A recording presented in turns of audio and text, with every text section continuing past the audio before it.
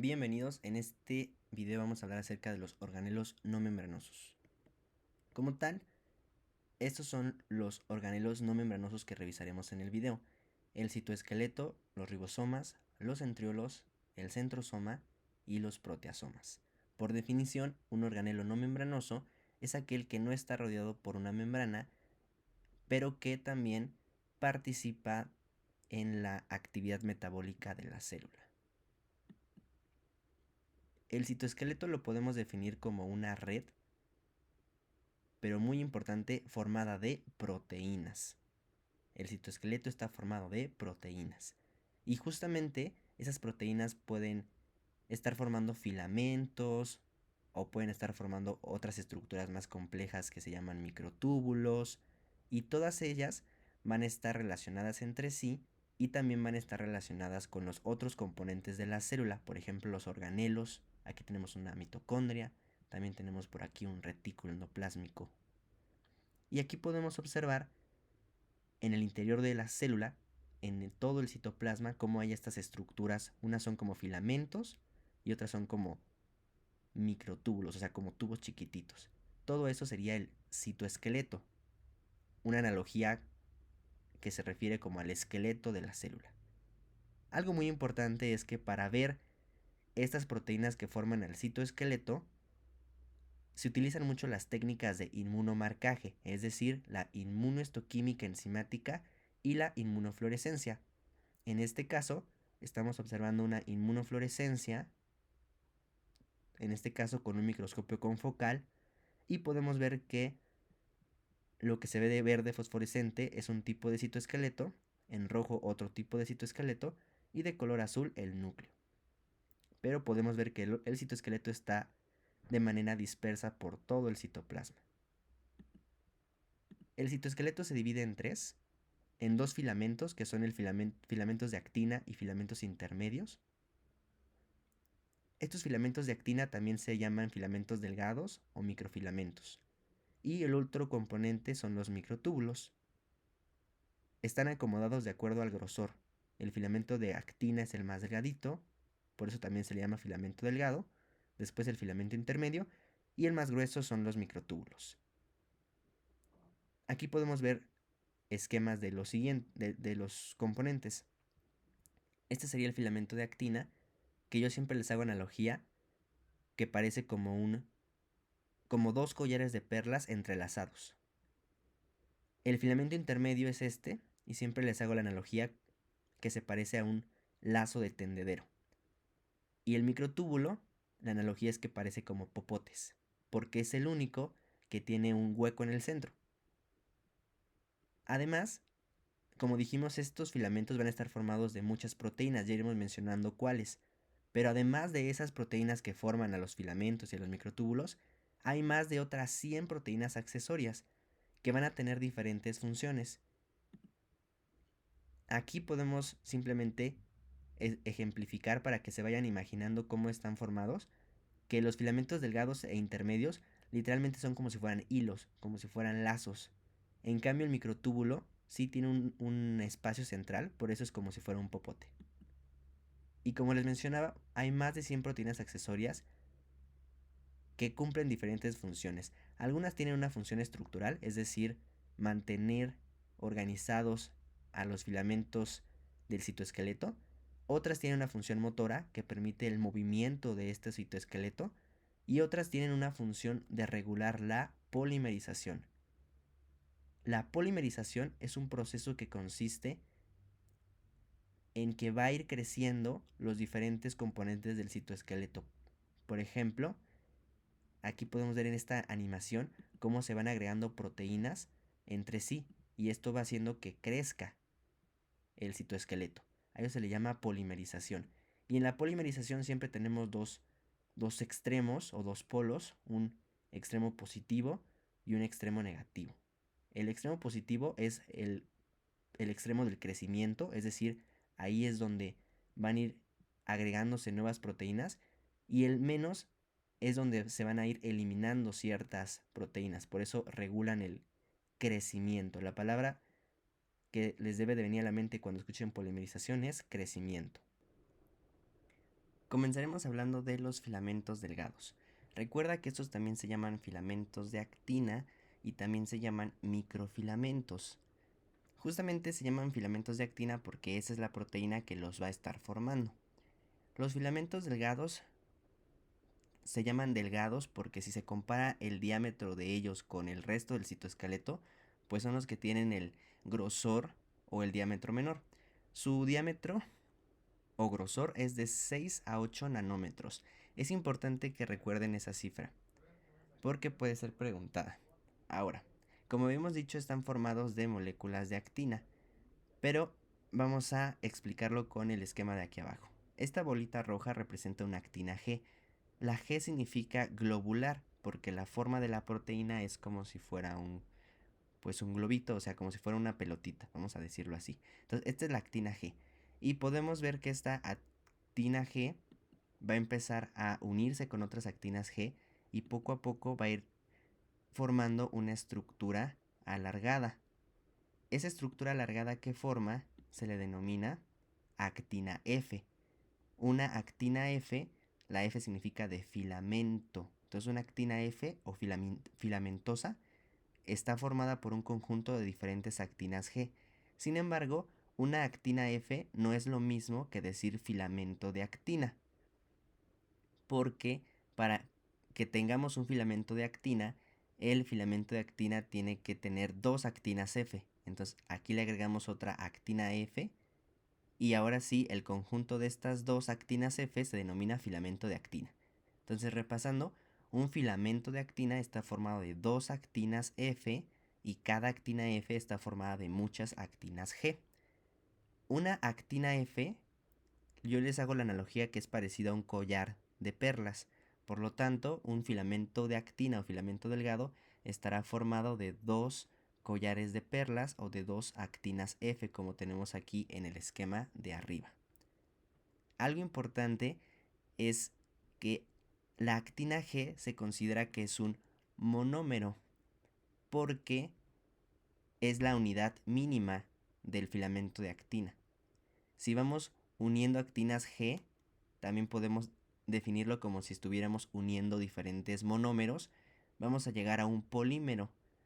El polímero como tal, propiamente podemos referirnos que se está refiriendo a la actina F, porque un polímero en definición significa que está formado de múltiples monómeros.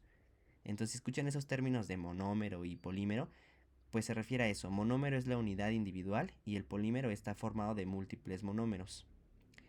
Como hemos mencionado, existe un concepto que es el de polimerización. Polimerización se refiere a que el filamento, en este caso de actina, va a ir aumentando su longitud, se va polimerizando. Ese proceso de polimerización propiamente se refiere a que se van a ir uniendo actinas G para hacer crecer los filamentos de actina. Y esa unión de esas actinas G con otras actinas G depende de ATP, potasio y magnesio. Eso también es muy importante. Tienen que aprender que la energía que se utiliza para unir a las actinas G, es decir, para ir formando un filamento delgado, es ATP. Y toda estructura, bueno, en este caso que realice polimerización, va a tener dos polos o extremos. Tenemos el polo o extremo positivo y el polo o extremo negativo. En el polo positivo es donde se van a ir agregando las actinas G. Es el sitio de crecimiento. Y el extremo o polo negativo es donde se van a ir perdiendo las actinas G. Entonces el sitio donde pues se va acortando el filamento delgado o de actina en este caso. En nuestro cuerpo y en nuestras células existen tres tipos de filamentos de actina, los alfa, beta y gamma. Los alfa son los más importantes. Como les había comentado, para observar a los componentes del citoesqueleto, en este caso a los filamentos de actina, podemos recurrir a técnicas inmunológicas de inmunomarcaje. En este caso es una técnica de inmunofluorescencia y aquí se observó con un microscopio de fluorescencia. Podemos observar que todos esos filamentos que están verde fosforescente corresponden a los filamentos delgados o de actina. Y también observa cómo pues prácticamente los filamentos de actina están dispersos en todo el citoplasma de nuestra célula. Esta célula la veremos en tejido conectivo, pero corresponde a un fibroblasto.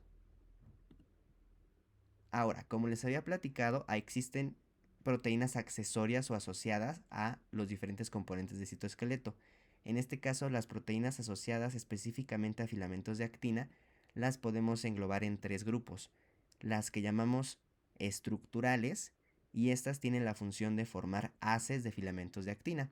Por ejemplo, imagina que este es un filamento de actina, lo simplificamos mucho. Ustedes ya saben que es como un doble collar de perlas, pero aquí simplemente vamos a representarlo con una línea roja. Este sería nuestro filamento de actina, y aquí viene otro filamento de actina. Justamente esta proteína que está de color verde, que permitió generar haces de filamentos de actina, pues es una proteína estructural accesoria. ¿Y qué ejemplos de estas tenemos? Por ejemplo, la fascina, la fimbrina, la espectrina. Aunque la espectrina, aunque se localiza en muchas células, es característica más de los eritrocitos. Y esto lo repasaremos después en segundo bloque. Pero aquí vemos que esta proteína de color verde podría ser prácticamente o una fascina, una fimbrina o espectrina, que repito, su función es formar haces de filamentos de actina y de esa manera darle estabilidad a los filamentos. Tenemos también proteínas reguladoras, que es lo que van a estar regulando la longitud de nuestros filamentos de actina. Aquí como ejemplo tenemos a la gelsolina, que prácticamente piensen en ella que funciona como unas tijeras, porque aquí tenemos el filamento de actina, aquí sí lo representamos bien, vean como doble collar de perlas, y la gelsolina sería esta proteína de color azul, aquí lo tenemos. Lo que hace justamente es cortar en dos al filamento de actina y de esa manera puede regular su longitud. Por eso aquí les puse estas tijeras. También existen otras proteínas que se engloban como proteínas de casquete. Ahí tenemos de ejemplos a la tropomodulina y a la villina. Estas proteínas de casquete funcionan como si fueran un casco que se le pone, un casco o un tapón que se le pone en el extremo positivo de los filamentos de actina para evitar que se sigan uniendo actinas G y de esa manera evitar su crecimiento. Esta proteína de color azul podría representar bien o a la villina o a la tropomodulina, proteínas de casquete.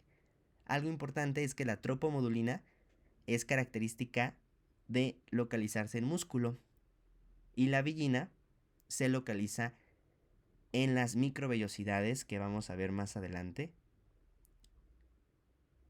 y que vamos a volver a repetir en el tema de tejido epitelial. Después tenemos al conjunto de proteínas accesorias que son motoras. Ahí encontramos a la miosina, que hay diferentes tipos, la miosina 1 y la miosina 2.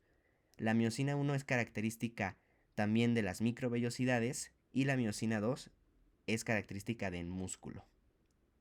Estas proteínas motoras permiten movilizar las estructuras formadas de filamentos de actina. Por ejemplo, vean, aquí tenemos este esquema, tenemos ahí filamentos de actina y vemos cómo esta proteína, en particular la miosina 1, está uniendo al filamento de actina con la membrana plasmática. Y justamente cuando esta proteína motora utilice energía y se movilice, va a mover tanto a la membrana como al filamento de actina y entonces toda esta zona se va a movilizar. Entonces prácticamente estas proteínas motoras permiten, por un lado, mover estas estructuras de membrana acopladas a los filamentos de actina. Ahora, ¿qué estructuras están formadas por filamentos de actina? Y esto es muy importante que también lo sepan. Número 1, las microvellosidades. Aquí tenemos un esquema de una célula epitelial, es una célula cilíndrica, y observen cómo en su superficie en la parte superficial, tenemos justamente que la membrana tiene estos pliegues formando estas estructuras. Estas estructuras se llaman microvellosidades. Entonces una microvellosidad simplemente es un pliegue o también podremos decir una evaginación de la membrana plasmática. Si las observamos al microscopio óptico, las microvellosidades se ven así, como si fueran, pues yo lo defino más bien como si fuera pasto recién cortado, porque el pasto recién cortado está cortito, no es muy largo, y sí se alcanza a percibir. Entonces es como pasto recién cortado las microvellosidades. Vean que están en la parte en la superficie de nuestras células. Aquí también hay células cilíndricas, como las que hemos estado hablando. Y si las queremos ver al microscopio electrónico, aquí podemos ver lo más externo es la membrana que se está evaginando y en su interior tenemos filamentos de actina. Por eso lo hablamos en este tema. El interior o el centro, o también algunos lo definen como el núcleo de las microvellosidades, están formados por filamentos de actina. ¿Qué otra estructura formada por filamentos de actina? Algo que se llama red terminal o también velo terminal. Y justamente esta red terminal o el velo terminal se forma en las bases de las microvellosidades. Aquí tenemos otro esquema de una microvellosidad. Vean cómo en su interior tenemos a los filamentos de actina. Ahí los podemos ver como ese doble collar de perlas. Y vean que estos filamentos de actina se unen en su base a esta otra estructura, también formada por filamentos de actina, pero en un ángulo perpendicular. Esta de aquí sería la red terminal. Otra estructura formada por filamentos de actina son los estereocilios. Los estereocilios también son evaginaciones o proyecciones de la membrana plasmática parecidos a las microvellosidades, pero estas difieren en su longitud. Vean cómo los estereocilios son muchísimo más largos que las microvellosidades. Y también en su interior vamos a tener filamentos de actina. La cuarta estructura formada por filamentos de actina es el anillo contráctil, pero este solamente se forma en las fases finales de la mitosis. Justamente ese anillo contráctil que aquí está de color moradito está formado de filamentos de actina y lo que permite es que separa a las dos células formadas durante la mitosis. ¿Cuáles son las funciones de los filamentos de actina? Por un lado, van a cambiar la forma de la célula y también van a permitir que la célula pueda movilizarse en un espacio. Eso mediante las proteínas motoras que platicábamos hace rato, la miosina. Por ejemplo, aquí tenemos una plaqueta. Es una plaqueta en reposo, es decir, me refiero a que no está activa. A eso me refiero con reposo.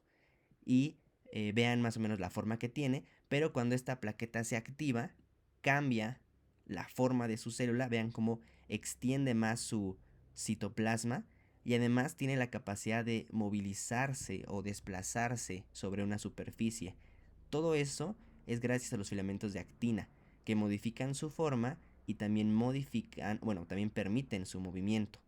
Esto lo logran porque el citoesqueleto, algo importante, es que es una estructura dinámica.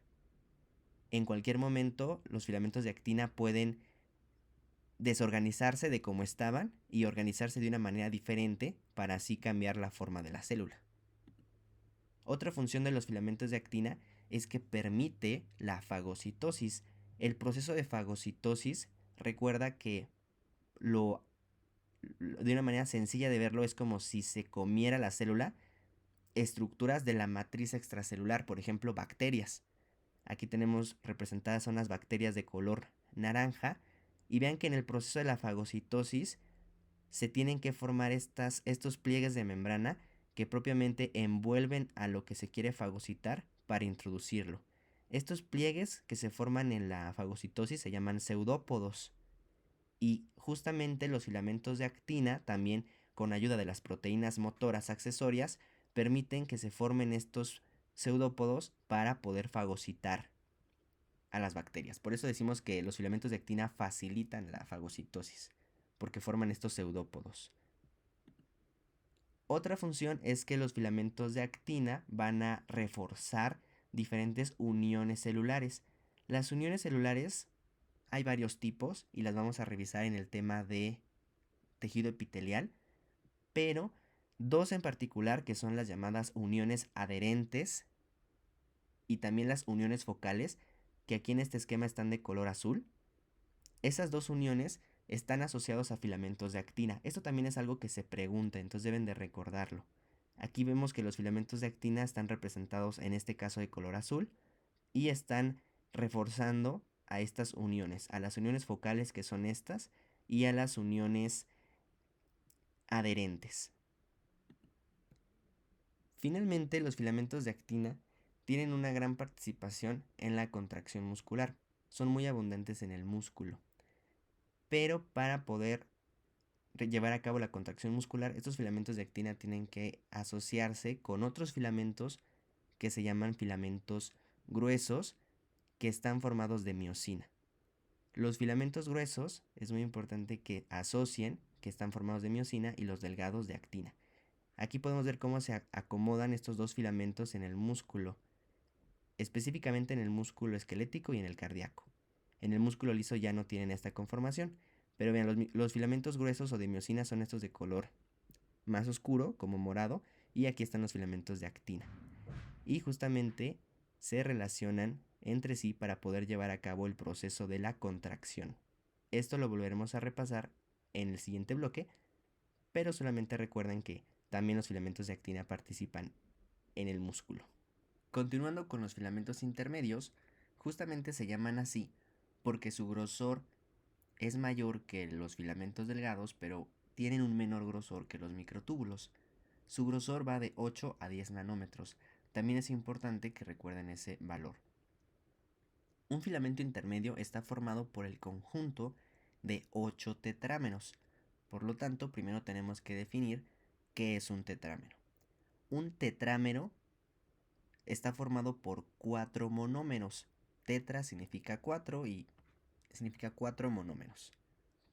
Aquí tenemos en este esquema un monómero, es toda esta estructura de aquí. Un monómero está formado por una secuencia de aminoácidos en este caso y tiene un extremo terminal NH2 y un extremo terminal COOH. Este monómero se une con otro monómero y forma un dímero, y esos dímeros, si se juntan con otro dímero, van a formar un tetrámero. Y como habíamos dicho, 8 de estos tetrámeros formarán a un filamento intermedio. Y estos filamentos intermedios también se pueden agrupar formando haces, como tenemos aquí, un haz de varios filamentos intermedios. Estos filamentos intermedios no son polares, es decir, no tienen un extremo positivo y un extremo negativo. Además, estos monómeros aquí están representados de manera general, pero realmente existen muchos tipos de monómeros del filamento intermedio, dependiendo la secuencia de aminoácidos que lo formen. Y dependiendo de ese monómero, tendremos diferentes tipos de filamentos intermedios. La función principal de estos es una función estructural. Mantienen la forma de la célula, pero también le permiten a la célula soportar fuerzas externas. Como les mencionaba, existen varios tipos de filamento. Estos son los principales. Esta diapositiva la tienen que dominar al 100%, porque cada filamento intermedio va a estar en una célula característica. Por ejemplo, las queratinas se van a localizar en las células epiteliales. Entre paréntesis dice tonofilamentos porque un tonofilamento está formado por un conjunto de queratinas. No son sinónimos, pero se refieren los dos términos a las queratinas. La bimentina es el filamento intermedio característico de las células que derivan del mesodermo. En otras palabras, de las células del tejido conectivo, tanto del tejido conectivo común como también de los diferentes tejidos conectivos especializados, por ejemplo el tejido adiposo. La desmina es el filamento intermedio característico de las células musculares. PAFG significa proteína ácida, fibrilar, glial. Y este filamento intermedio es característico de las células gliales, por ejemplo los astrocitos.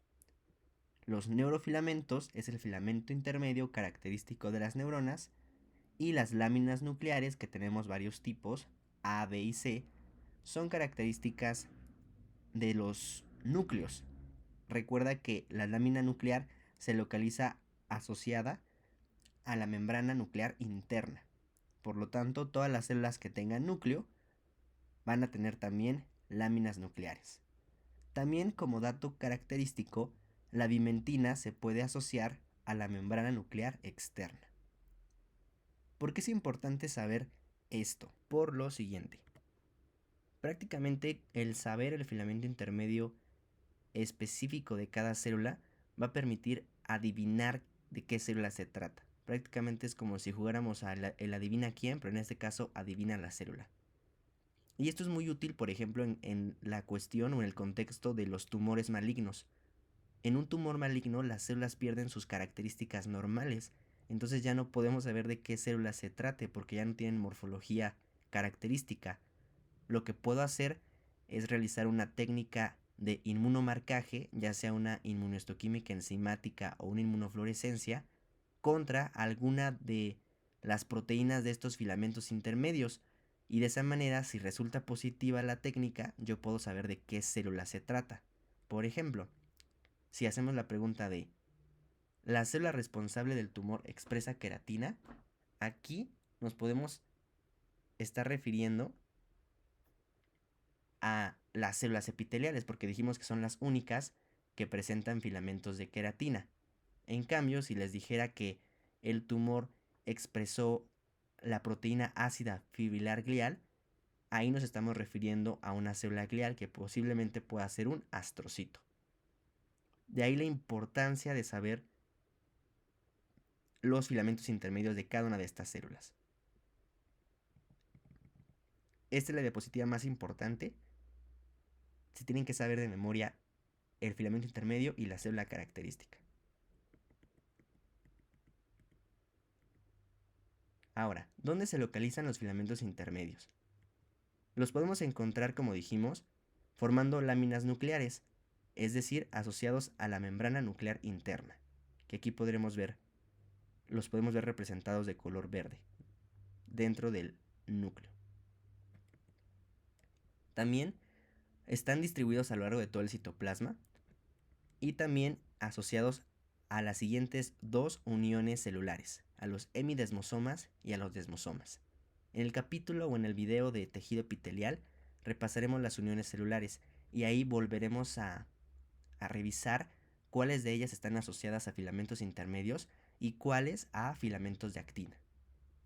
En cuanto a las proteínas accesorias de los filamentos intermedios, solamente mencionamos estos tres ejemplos, las plectinas, desmoplaquinas y placoglobinas, pero también las volveremos a mencionar en el video de uniones celulares. Aquí tenemos una inmunohistoquímica enzimática y recuerda que este tipo de técnica utiliza anticuerpos y a donde se unen los anticuerpos se va a ver de color café. En este caso se utilizaron anticuerpos contra la proteína ácida fibrilar glial. Por lo tanto, estas células de café son células gliales, por ejemplo, astrocitos. Y aquí nada más les presento esta micrografía electrónica donde se pueden ver filamentos de queratina. Se ven muy electrondensos. Finalmente hablaremos de los microtúbulos. Los microtúbulos tienen un diámetro o un grosor de 25 nanómetros. Son más gruesos que los filamentos delgados y más gruesos que los filamentos intermedios. Están formados por dímeros de tubulina. Un dímero se refiere a la unión de dos monómeros de tubulina en este caso. Aquí tenemos representado un dímero. Cada una de esas bolitas corresponde a un monómero. La bolita azul corresponde al monómero de tubulina alfa y la bolita roja corresponde a tubulina beta. Este es entonces un dímero de tubulina. Y estos dímeros de tubulina van a empezar a unirse unos con otros, como podemos ver en esta animación. Aquí viene un dímero, se le une otro, otro más, otro más. Al conjunto de dímeros de tubulina se le denomina protofilamento. Recuerda esto, un protofilamento entonces está formado por un conjunto de dímeros de tubulina alfa y beta. Y un microtúbulo va a estar formado por 13 de estos protofilamentos. Como podemos ver aquí en este otro dibujo, esta estructura de aquí ya como tal es un microtúbulo, y aquí podemos ver, si hacemos un corte transversal del microtúbulo y lo observamos desde arriba, podemos ver a los 13 protofilamentos. Aquí está 1, 2, 3, 4, hasta el 13. Recuerda entonces, un microtúbulo está formado de 13 protofilamentos. Recuerda también que un microtúbulo es parecido a un popote, haciendo la analogía. Tiene una pared que está formada por los protofilamentos y tiene un hueco en el centro. También recuerda que un protofilamento está formado por un conjunto de dímeros de tubulina y que los dímeros de tubulina están formados por tubulina alfa y tubulina beta. Los microtúbulos, al igual que los filamentos de actina, tienen polaridad, son polares, es decir, tienen un polo o un extremo positivo y un polo o un extremo negativo. El polo positivo es el polo de crecimiento, es decir, en ese polo es donde se van a estar uniendo los dímeros de tubulina. Y el extremo menos tiene la característica que se va a localizar específicamente en contacto con una estructura que se llama centro organizador de microtúbulos. Y este centro organizador de microtúbulos, que es este de aquí, si te das cuenta, está cercano al núcleo. Quiere decir que el extremo negativo va a estar cercano al núcleo y el extremo positivo va a estar alejado del núcleo, cercano a la membrana plasmática. Aquí lo que les decía, extremo positivo, ahí es donde se van a ir agregando los dímeros de tubulina.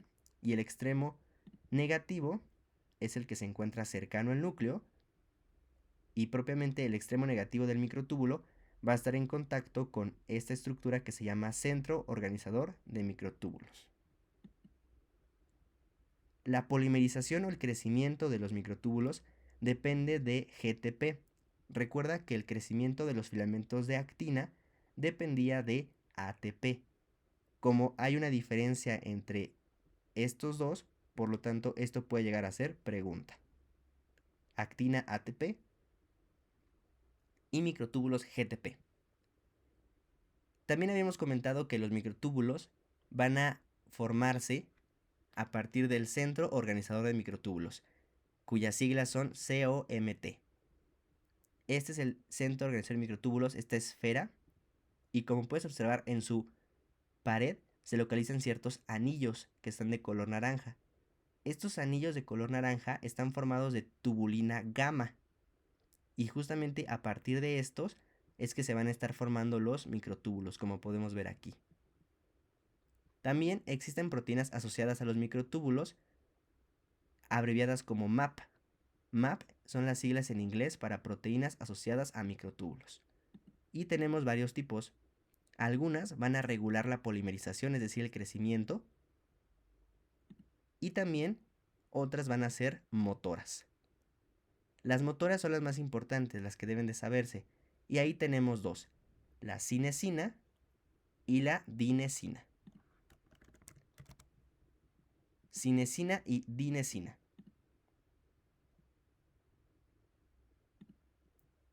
Estas proteínas, la cinesina y la dinesina, son muy importantes porque se van a estar moviendo a través de los microtúbulos.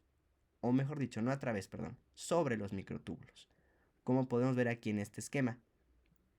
Esta sería la cinesina y prácticamente funcionan como si fueran carros. Los microtúbulos son como las carreteras y la cinesina y la dinesina, que son las proteínas motoras, funcionan como carros de carga que van a ir transportando ciertas estructuras. Pueden transportar vesículas.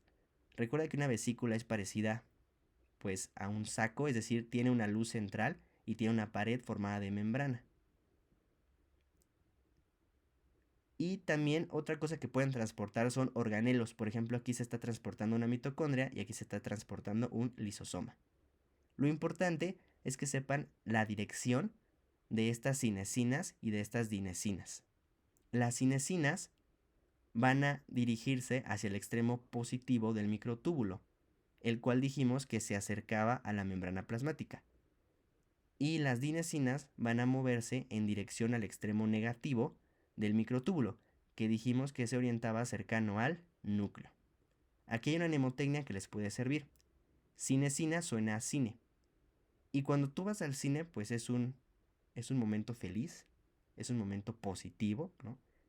Así que la cinesina se dirige hacia el extremo positivo. Sin embargo, una vez que llegas al cine, ves la película, compras palomitas, te gastas todo tu dinero y te tienes que regresar a tu casa sin dinero. Aquí, dinesina, dinero. Para que recuerdes que entonces la dinesina, regresas tristes, se va hacia el extremo negativo del microtúbulo, y la cinesina, vas feliz, positivo, va hacia el extremo positivo. También a este tipo de transporte se le conoce como transporte vesicular, porque pues están transportando vesículas sobre los microtúbulos. Aunque también ya dijimos que pueden transportar organelos.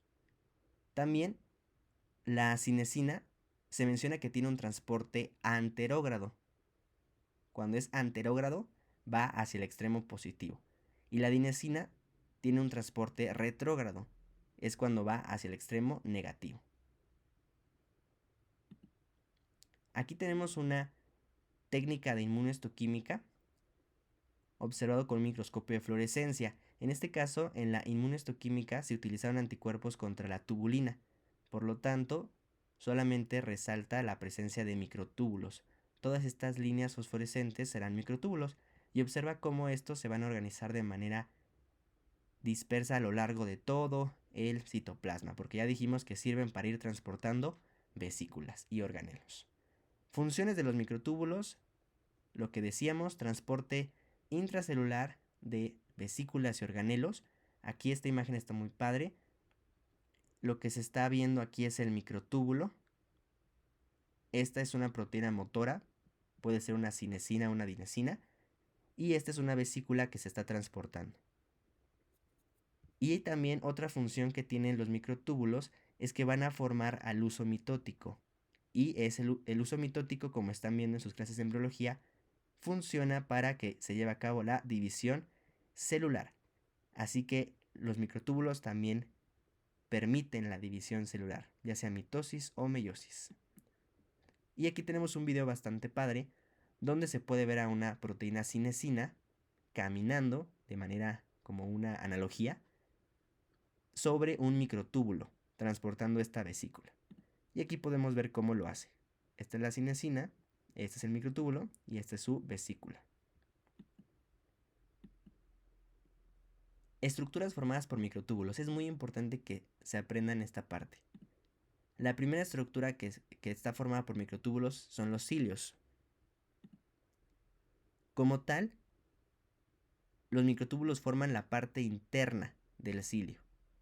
Y esa parte interna se llama axonema. Aquí, perdón, hubo un error, es axonema.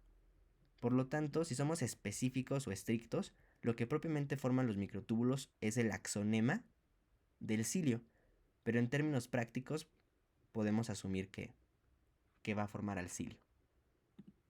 Aquí tenemos, esto es un dibujo donde podemos ver que los cilios son evaginaciones o proyecciones de la membrana plasmática en el lado superficial o apical de las células, en este caso de estas células cilíndricas.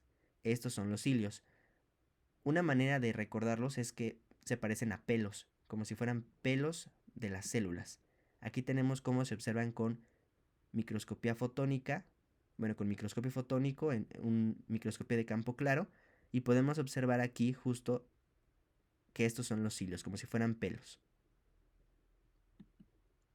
Si nosotros observáramos a un cilio cortado transversalmente en un microscopio electrónico de transmisión, veríamos lo siguiente. Veríamos que como tal un cilio está formado por la membrana plasmática, que sería esta que estoy delimitando, y en el interior veríamos la estructura del cilio que dijimos que se llamaba axonema. Y vemos que ese axonema está formado por microtúbulos. Cada uno de estos círculos corresponde a un microtúbulo. Recuerda que aquí lo estamos viendo en un corte transversal, desde arriba. Por eso se ve así. Y aquí podemos observar que los microtúbulos, algunos de ellos, forman parejitas. A esto se le conoce como un duplete de microtúbulos, porque literalmente son dos microtúbulos fusionados. Este es un duplete. Pero también vemos que otros microtúbulos, los del centro, están separados. A los microtúbulos separados también se les llama singletes. Todo esto lo podemos englobar o lo podemos describir de la siguiente manera. Podemos decir que el axonema del cilio está formado por 9 dupletes periféricos más 2 singletes centrales. Y justamente así lo van a encontrar reportado en los libros. Se describe que es como una fórmula, que es la siguiente. 9 dupletes, es decir, 9 parejitas de microtúbulos periféricos, más 2 singletes, más 2 microtúbulos separados. Si escuchan esta fórmula, 9 dupletes más 2 singletes, nos referimos a la estructura interna del cilio. ¿Qué otra estructura está formada por microtúbulos? También los cuerpos basales. Un cuerpo basal como tal es la base de un cilio. Aquí tenemos este dibujo. Esta parte de arriba, desde aquí hasta acá, todo esto sería una parte de un cilio. Y vemos que en su base, lo que está de color verde, sería como tal el cuerpo basal. Aquí lo estamos observando con el microscopio electrónico de transmisión y podemos ver que esta zona de aquí sería el cuerpo basal y desde aquí para arriba sería el cilio.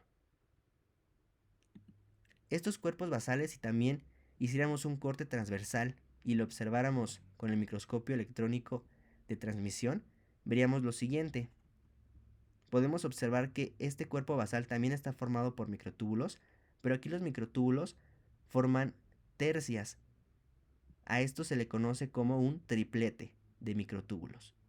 Triplete de microtúbulos quiere decir 3 microtúbulos fusionados. Y observa cómo aquí en el cuerpo basal podemos observar también 9 tripletes periféricos que los podemos contar. 1, 2, 3, 4, 5, 6, 7, 8, 9. 9 tripletes periféricos, pero vemos que aquí en el cuerpo basal ya no hay microtúbulos en el centro. Esto también se puede representar con la siguiente fórmula. 9 tripletes más 0 singletes. Aquí podemos ver las diferencias entre uno y otro. Otra estructura formada por microtúbulos son los centriolos. Los centriolos se van a localizar dentro del centro organizador de microtúbulos que ya hablamos, que también se le conoce como centrosoma. Aquí podemos ver un esquema de los centriolos y observa cómo también están formados por microtúbulos, pero estos microtúbulos de igual forma forman tripletes y también 9 tripletes van a formar a un centriolo. Si lo observamos con microscopio electrónico de transmisión, en un corte transversal veríamos esto. También son 9 tripletes periféricos más 0 singletes, es decir, exactamente la misma estructura que los cuerpos basales.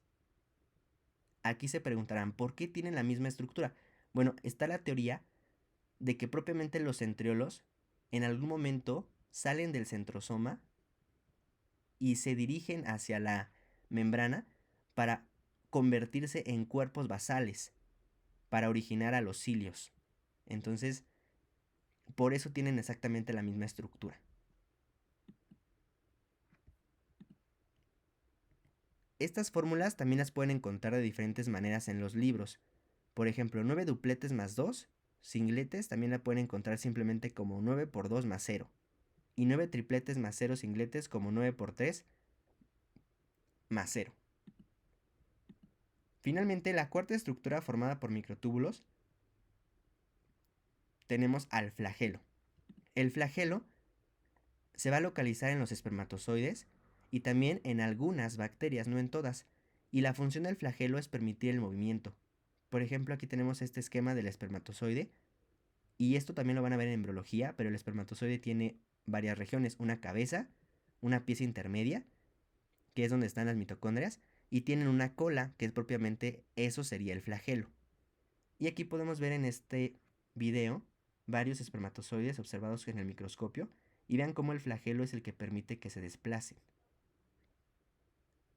Este flagelo va a tener, si lo cortamos transversalmente y lo observamos desde arriba, con el microscopio electrónico de transmisión, podemos ver que tiene la misma estructura que un cilio. También tiene 9 dupletes periféricos y 2 cingletes. Por lo tanto, esto es muy importante que lo sepan. Una estructura de 9 por 2 más 0 correspondería o a un cilio o a un flagelo. Si vemos una conformación 9 por 3 más 0, eso podrá ser o un centriolo o un cuerpo basal. Dentro del objetivo de este primer bloque, sí es necesario que ustedes identifiquen estas estructuras con el microscopio electrónico de transmisión. Así que esto es un objetivo de aprendizaje que sí deben de dominar muy bien. Por ejemplo, les podemos poner una imagen como la que sigue, una micrografía electrónica, y les podemos señalar esta estructura y les podemos preguntar qué es lo que observas. Aquí me voy a acercar un poco. Se pueden observar microtúbulos aquí haciendo tercias, es decir, tripletes. Y si contamos los tripletes podemos tener 1, 2, 3, aquí no se ven muy bien, pero van a ser 9 tripletes periféricos. Más o menos aquí están señalados. Si ustedes ven esta estructura con los 9 tripletes, o simplemente con ver los tripletes, ya van a poder saber que se refiere a cualquiera de estas dos estructuras, o a un centriolo o a un cuerpo basal. Continuando ahora con el centro organizador de microtúbulos, recuerda que también se llama centrosoma. Dijimos que tiene la función que a partir de él se van a formar los microtúbulos. ¿Y cuáles son sus componentes? Número 1, los centriolos. Como puedes observar aquí en este dibujo, en su interior se localizan los dos centriolos y observa siempre tienen esa disposición de 90 grados entre uno u otro. También otro componente es la matriz pericentriolar amorfa, que es lo que rodea a los centriolos. Y finalmente el último componente son los anillos de tubulina gamma, que son estos de color naranja. Puntos importantes de esto, recuerda. La tubulina que se encuentra en estos anillos es tubulina gamma.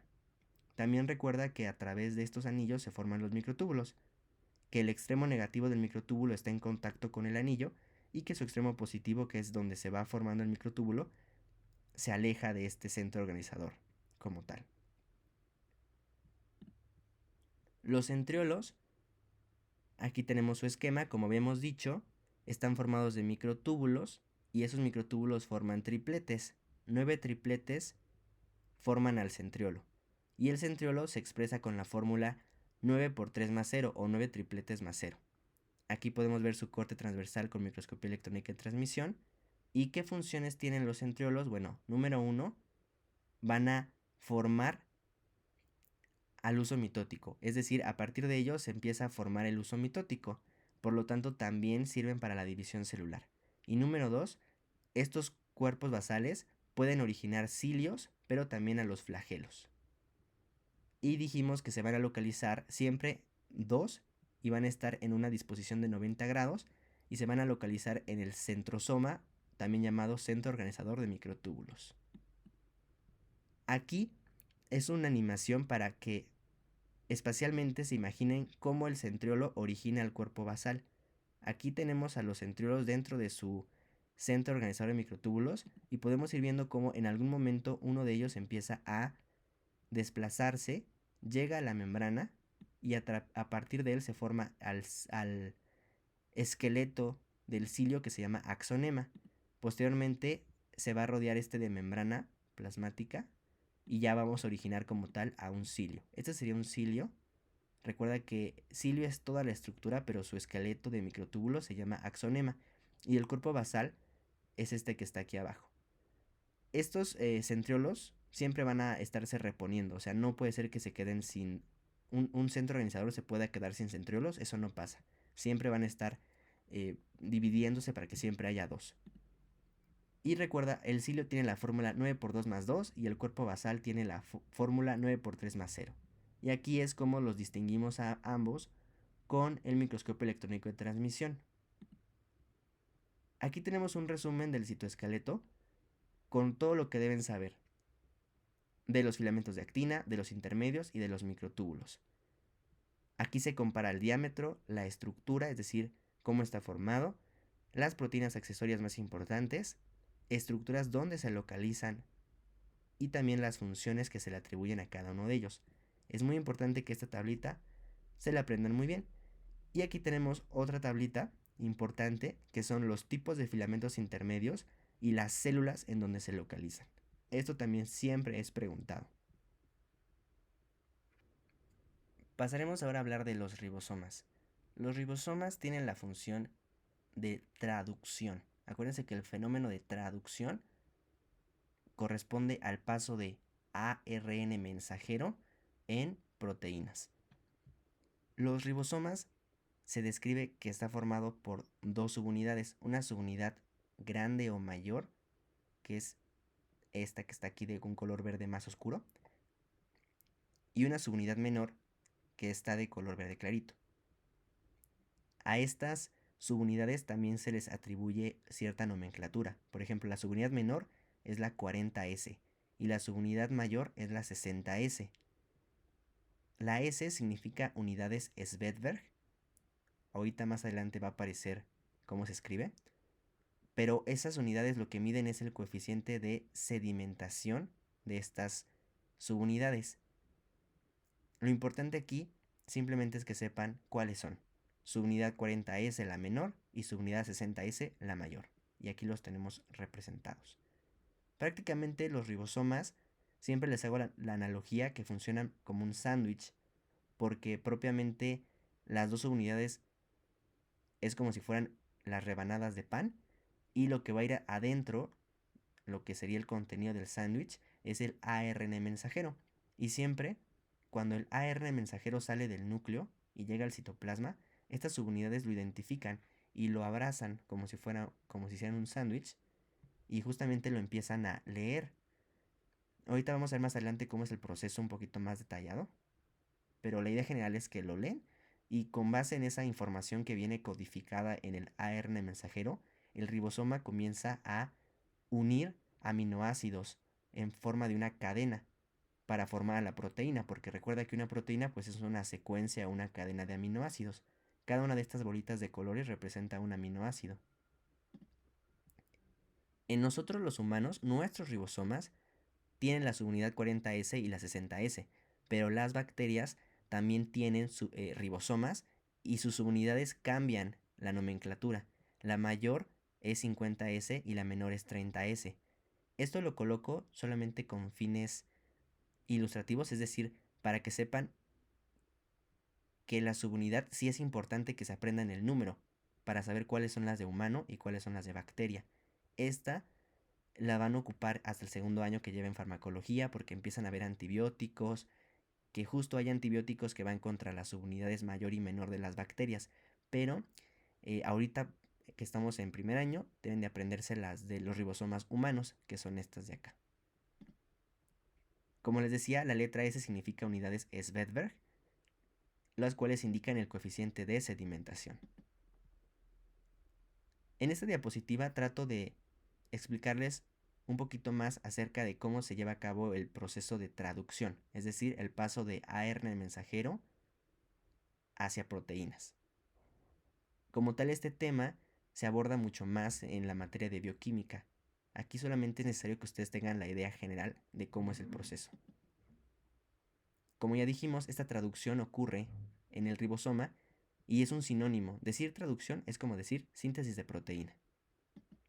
Más o menos pasa de la siguiente manera. Aquí tenemos representado al ARN mensajero con esta línea de color negro. También es importante que sepan que el ARN mensajero pues está formado por una cadena de diferentes nucleótidos, que aquí cada uno de esos nucleótidos está abreviado con una letra. A para la adenina, uracilo, guanina, etc., ¿no? Y también es importante que sepan que estos nucleótidos en el ARN mensajero se agrupan en tercias. Aquí tenemos 3 nucleótidos y cada una de estas tercias se llama codón. Este es un codón del ARN mensajero y los otros 3 nucleótidos que siguen formarán otro codón. Ahora, Imagina que el ARN mensajero ya salió del núcleo, con esta secuencia de nucleótidos, con estos codones. Lo que va a pasar ahora es que las subunidades de los ribosomas lo van a reconocer. Y solamente en ese momento es cuando se forma el ribosoma, cuando se unen las dos subunidades, porque normalmente están separadas. Pero cuando ven al ARN mensajero, se juntan y ya forman a un ribosoma. Aquí la subunidad mayor está de color verde y la subunidad menor está de color azul. Lo que va a pasar ahora es que a ese complejo que ya habíamos formado va a llegar a unirse un ARN de transferencia. Se llama ARN de transferencia porque observa cómo en su estructura lleva esta pelotita de color que corresponde a un aminoácido específico. Cada ARN de transferencia está unido a un aminoácido específico.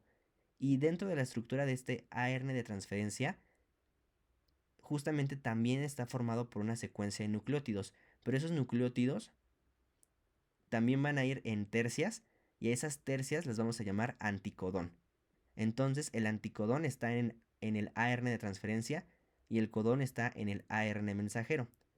Y resulta que estos codones van a tener cierta afinidad de reconocimiento por un determinado anticodón. Quiere decir, en resumidas cuentas, que un codón se une a un anticodón específico. Y ya dijimos que el anticodón está en el ARN de transferencia y ya dijimos que cada ARN de transferencia lleva un aminoácido específico. Quiere decir que cada uno de estos codones, en términos prácticos, codifica para un aminoácido específico. Y entonces lo que va a pasar aquí es que el ARN de transferencia reconoce a su codón y entonces deja el aminoácido que llevaba aquí en el ribosoma. Y esto va a pasar múltiples veces porque van a empezar a llegar diferentes ARN de transferencia y cada uno de ellos va a ir dejando aminoácidos específicos. Ve, por ejemplo, aquí los primeros fueron rojos, pero aquí ya están dejando naranjas. Y así sucesivamente. Esta secuencia de aminoácidos como tal es el inicio de lo que va a formar una proteína. Y eso es el fenómeno de traducción o síntesis de proteína. Pero, podemos complicarnos mucho más. Porque recuerda que hay ribosomas que se encuentran libres en el citoplasma. A eso se les llama ribosomas libres. Pero también hay otros ribosomas que se encuentran adosados o unidos al retículo endoplásmico rugoso. Lo que vamos a explicar ahora es cómo le hace ese ribosoma para llegar al retículo endoplásmico rugoso. Lo hace de la siguiente manera. Imagina que es un ribosoma libre, está ahí en el citoplasma, y empezó a realizar la traducción, es decir, la síntesis de proteínas. Y justamente realiza esta síntesis de proteína, pero lo primero que la primera secuencia de aminoácidos que forma se le va a denominar secuencia señal.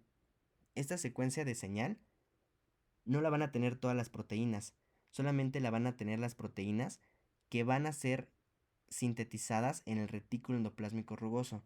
Entonces, en el momento de que el ribosoma forma esa secuencia de señal, también en el citoplasma está una partícula que se llama partícula de reconocimiento de señal, que va a reconocer justamente esta secuencia. Al momento de que esta partícula se une a la secuencia, esta partícula jala al ribosoma y se lo va a llevar a la membrana del retículo endoplásmico rugoso para que justamente ahí termine de formarse la proteína. Y esa es la forma en la cual llegaron los ribosomas al retículo endoplásmico rugoso. Ellos empezaron a sintetizar proteínas en el citoplasma, pero de repente generan una secuencia señal. Y esa fue reconocida por esta partícula de reconocimiento y fue arrastrado ese ribosoma hasta el retículo endoplásmico rugoso y ahí se terminó de sintetizar la proteína. Justo esta tablita nada más es para que recuerden en las clases de preparatoria que había codones que se llaman codones de inicio, que justamente el codón de inicio es AUG, que codifica para el aminoácido de metionina, pero también había codones de terminación, que son los que están acá, el UAA, UAG y UGA. Estos se los van a preguntar en bioquímica, aquí en histología como tal no, solo para que lo recuerden. Y aquí el fenómeno de la traducción o síntesis de proteína que les platiqué hace rato. Aquí podemos ver cómo esto es la envoltura nuclear, estos son los poros nucleares, y observa cómo a través del poro nuclear sale el ARN mensajero. Este ARN mensajero, como dijimos, va a ser reconocido por las subunidades de los ribosomas. Ahí vean cómo se une, la mayor y la menor. Y aquí va a comenzar el reconocimiento, porque acuérdense que dijimos que este ARN mensajero tiene codones, que son tercias o tripletes de nucleótidos. Y también dijimos que van a empezar a llegar los ARN de transferencia, que son estos, que tienen los anticodones y que tienen también pegados aminoácidos específicos. Y aquí va a comenzar justo el reconocimiento, ahí la estructura que les platicaba del ARN de transferencia.